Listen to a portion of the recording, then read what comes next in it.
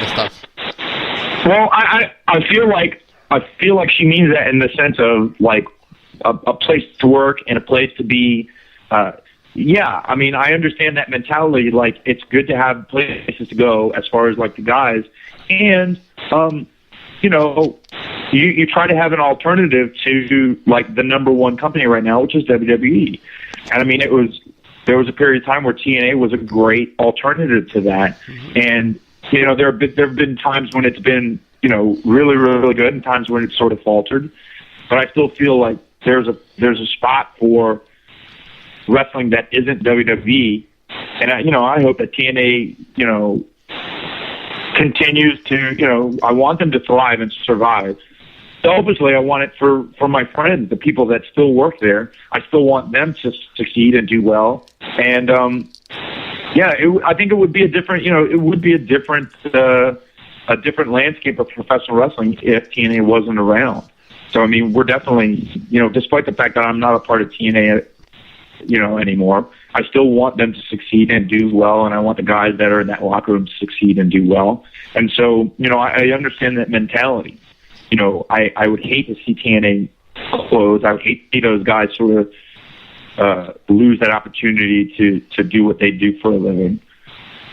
All right. Well, now that you're back in Ring of Honor, it's actually a perfect segue. Do you think Ring of Honor has it in them to maybe even compete with TNA and move up to number 2 behind WWE? I think so, man. I think the locker room, the talent is there. Now it's just a matter of getting more people aware of Ring of Honor. You know, it's a different forum. Syndicated television is obviously completely different than cable TV. Yeah. And, you know, it's just a matter of slowly but surely letting everybody know. I happen to know that the guys at Sinclair are very pleased with the amount of television stations that they have, but they're always growing. They're always trying to get more and more markets. We just opened up a new market in Atlanta, which I think is a big deal. Yeah. They just announced a show out here in March for us in Las Vegas, which is one of our another market for Ring of Honor that's very strong. So I'm hoping, as a West Coast guy, I'm hoping that Ring of Honor can get out to the West Coast soon in terms of getting a station that carries the show. So yeah, I feel like it's just a matter of time before there's more and more market carrying Ring of Honor and exposing the brand to the. Well, I remember I had Tommaso Ciampa on the show a couple months back, and he went and said one of his biggest problems with Ring of Honor, for television-wise, was that he couldn't go up and say, like, it's on, say, Saturday night, 9 o'clock, everywhere. It's on different time slots everywhere. Do you see that as a massive problem? Well, that's a specific example. I just think, like, it would be better if there was, if we were more widespread. Yeah, of course, like I said, cable TV is different than syndicated TV. And Sinclair is in that market of syndicated television. So, yeah, it's difficult to say, you know, basically all that we can say is check your local listings. We can't say, all right, we're on this time at this station, or we could, you know, we run down the list. All right, we're in Atlanta, we're in Las Vegas, we're in Baltimore, we're in, you know, Illinois, blah, blah, blah. We run down the list, yeah. But, I mean, you know, I think that's something that we're building towards, is trying to, get as many places as we can aware of the product and on as many different channels as we can be. And who knows, maybe, like, in the future, something will happen where we'll be broadcasted one time and one station overall. Yeah. Yeah, because I know I'm at work, I'm trying to get the people to get into Ring of Honor just because I personally enjoy it. And the last 2 weeks of television have actually been the Milwaukee show. So I'm like, turning on. I think AJ Kyle O'Reilly was on last week's show, and that's a great match. Probably one of the best matches I've seen all year. So I'm like, watch this. And he's like, what time is it on? And I'm like, it's on Saturday on this station.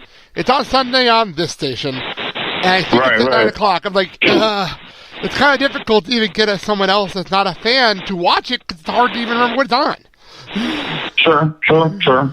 So, all right. Well, that's part of the struggle, is just getting more people aware of it and involved. So.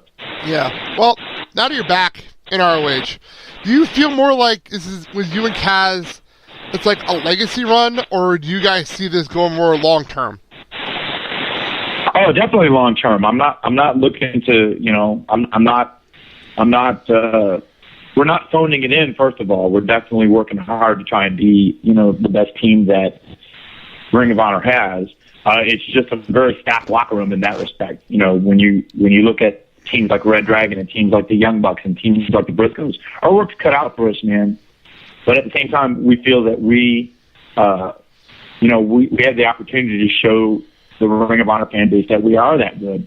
And, one of the things that we have in our favor is that experience. We've wrestled on television for a very long time, and we understand, like, what to do as television stars to sort of get over and get that across. And so, that's something that we're working very hard to do is, continue to be that top-level tag team. It's just tough, man, when you got a locker room full of great wrestlers. And that's the challenge that we're in for. But we're not slowing down. It's not a matter of like, we're just going to go out there and hit our greatest hits. We're out there and trying to, improve every day and become better. And the opportunity to work with teams like Red Dragon and the Bucks and the Briscoes and Decade and the entirety of that locker room. Yes. It's a lot of fun for us, and it's definitely a challenge. And one of your stints in Ring of Honor back, you were the TV champ. Do you see yourself maybe branching out and doing singles work again, maybe even against AJ? That would be cool. I'm open for anything, man. Frankie and I, we've always said, like, if there were the opportunity for one of us to become a champion, whether it was the TV champion or the world champion, neither one of us would stand in each other's way to get there.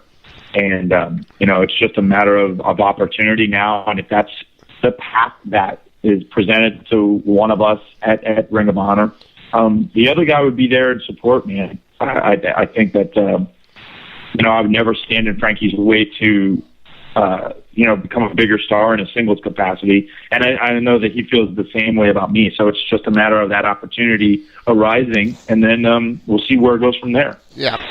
Well, you said you were very close with AJ. What do you think of him now becoming this mega star, especially out in Japan, here in the ROH? What do you think of him becoming this mega star? Is it overdue?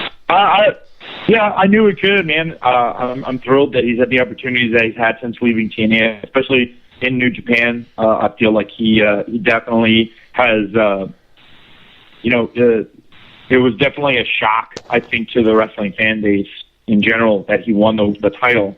And he's definitely gone out there and showed that he deserves to be a champion. And I think they're talking about him in the same breath of guys like Okada and Tanahashi and, Makabe and Nakamura over in New Japan. He's definitely showing them that he can hang with the big guys. And, as they go towards the Tokyo Dome show in January, I feel like, the possibility that he's going to basically headline their WrestleMania to me is outstanding. Yeah, that is unreal. I have to ask because it's one of the more recent events happened. What are your feelings about the whole the fans turning on Michael Elgin and them having to drop the belt to Briscoe recently? That was a surprise. Apparently, it was a last-minute decision. Like, I don't really know the full reasoning behind it. But I feel like, now the job for Michael Elgin is to sort of recover from, the difference between being the champion and being a former champion. Everybody who ever wins that championship knows that at some point they're going to lose. It's just the nature of the business. And you learn a lot about a guy to see what he does after he becomes a former champion, like how he picks himself up. And does he try to get back to be a returning champion or not? So, that's sort of the focus now for Michael Elgin is to see what he does in the months after becoming the former champion, what he does to sort of get back on track. And so I'm interested to see what he does and who he wrestles and how he carries himself. It'll be interesting. All right. I'll wrap this up real quick. And speaking of management in Ring of Honor, what's it like working on the Delirious? It's great, man. I've always had a good relationship with him. He was there the last time I was there in 2011, and I left right when when Sinclair became, when Sinclair bought Ring of Honor. And so to see where they've come in the last 3 years has been really cool. And now a lot of that has to do with Delirious and his vision of that company. And right now, there's a lot of momentum on the side of the company. The relationship with New Japan, getting the opportunity to do live pay-per-views. A lot of that has to do with that. And so I'm glad to be a part of that. And I'm hoping to get more and more people aware of the Ring of Honor product and sort of build the brand as much as we can. Yep. Well, we'll wrap things up here. I know next Saturday is the big TV taping in Wheeling, West Virginia for ROH, which that's exciting to know that's coming up. Anything else of your shows you'd like to plug? No, man, you just, keep an eye on my schedule at thatfallenangelchristopher.daniels.com. I try to keep that updated as much as possible, let everybody know where I'm going to be. And whether it's me on my own or me with Mikey Kazarian, come support the product, man. We're out there showing the world that we're still one of the best tag teams in the sport. And, whether it's Ring of Honor or another independent, we'll give you your money's worth, definitely. We're out there, making it worth your while to come spend the ticket money to come watch us do our dance. Oh, that sounds like amazing. And you guys were really a lot of fun to watch. That was the first time I've ever seen you guys wrestle as a tag team. And that was so much fun. Cool, man. Yeah, it was definitely worth going to see. Awesome. Well, thanks, dude. I appreciate it. Yes. Well, thank you for coming on the show. I greatly appreciate this. It was a huge honor, and I'm glad you spent a lot of time. I didn't realize we passed the hour mark at all. This was just a fun conversation. Yeah, I talk a lot, man. I'm verbose. So. Nothing wrong with that.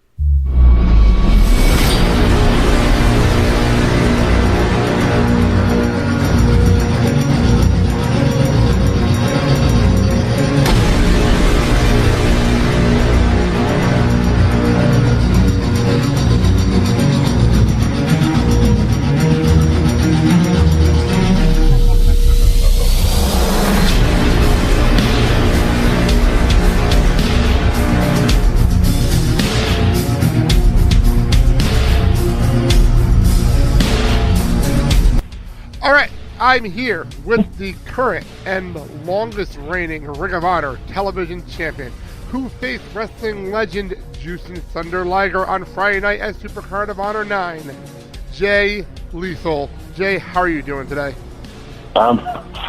Pretty good. I live in Florida, so I'm always good. That's always a good thing. I'm here in Wisconsin, so I'm dealing with good weather finally. Let's start right there. What was it like for you over the weekend to not only be in one of the main events for WrestleMania weekend, Ring of Honor show, you also were facing a walking legend in Liger. What was it like to be in there for such a high-profile match? It was like winning the lottery. It was what an honor, especially considering that I am a big fan of Jushin Liger's. I've got countless VHS tapes in my parents' basement of best of Liger matches, best of Benoit. Of course, they wrestled each other all the time. Liger versus Otani.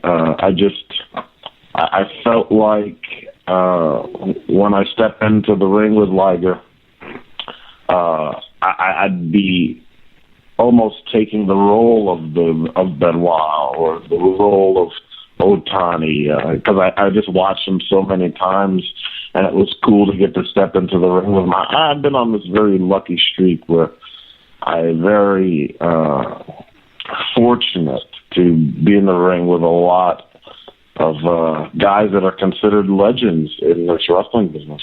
Yeah, it's true. I just want to get this plug out of the way. Everyone can actually watch this match. I will be watching it this week myself. Supercard of Honor 9 VOD, DVD available at ringofhonorwrestling.com. You were saying you've been on this streak lately. The title, you've had it for just about a year now. I know recently you faced Alberto El Patron, and he was a guy that came over from WWE, and that was another high-profile match for you. That kind of match for you, I know you actually, I give you a lot of credit because I watched it on TV. You are making the TV title just as important as the Ring of Honor World title, and I have to compliment you for that. because for me it's actually a big deal. It reminds me a lot of RVD back at ECW, making it so important, making everybody want to see it.